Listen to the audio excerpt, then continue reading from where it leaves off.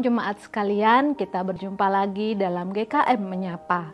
Hari ini saya mengajak kita merenungkan suatu firman Tuhan dari Galatia pasal 3 ayat 28. Galatia 3 ayat 28, di sana Rasul Paulus menuliskan demikian.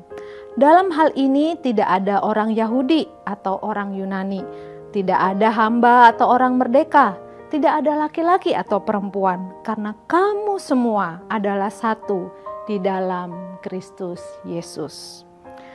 Bapak Ibu Saudara, slogan Torang Semua Basudara tentu tidaklah asing di telinga kita ya, masyarakat Sulawesi Utara.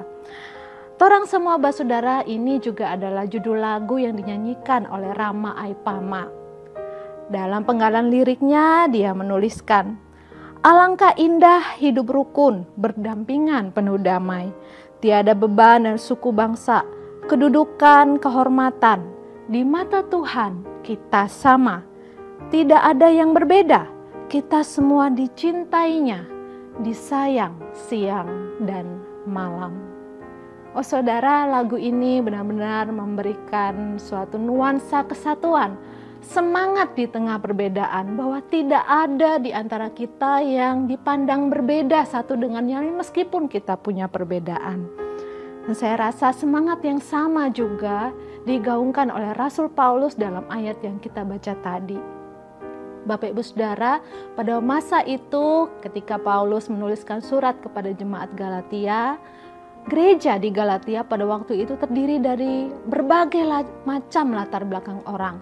Ada orang Yunani, ada orang Yahudi, ada orang kaya, orang miskin, ada budak, ada tuan. Berbagai macam kelas sosial ada di situ. Dan dengan berbagai perbedaan ini tentunya kalau tiap-tiap orang saling bersaing satu dengan yang lain, menunjukkan keunggulannya, perbedaannya, maka yang terjadi adalah perpecahan di dalam gereja. Karena itu Rasul Paulus di ayat ini mengingatkan pada jemaat pada waktu itu bahwa dalam hal ini, yaitu dalam iman di dalam Yesus Kristus, tidak ada orang Yahudi, orang Yunani, hamba, tuan. Semua orang di dalam Yesus Kristus adalah satu. Jadi saya merasa seperti Rasul Paulus itu berkata, torang semua bersaudara di dalam Kristus. Sekalipun kita berbeda, tetapi Kristus telah menyatukan kita. Bapak Ibu Saudara, bulan ini kita merayakan sebagai bulan misi. Berkaca dari Matius 28 dan penggambaran gereja di surga nanti, kita tahu gereja yang sejati adalah gereja yang terdiri dari berbagai macam suku, kaum dan bahasa. Karena itu kita tahu bahwa Tuhan Yesus tidak hanya mengasihi orang Minahasa, tidak hanya sayang kepada orang Batak, orang Bugis, berbagai macam suku bangsa atau berbagai kelas sosial. Tuhan Yesus sayang kepada semua itu. Karena itu, saudara, saya mengajak di bulan misi ini, mari sebagai gereja, sekalipun ada perbedaan, kita bersatu padu untuk menyaksikan cinta kasih Tuhan kepada berbagai macam orang, agar mereka pun merasakan kasih Tuhan.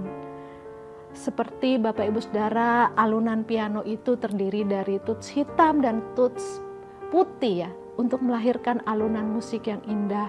Maka kesaksian gereja pun akan menjadi indah ketika gereja bersatu di tengah perbedaan, sungguh menjadi kesaksian yang indah bagi dunia ini.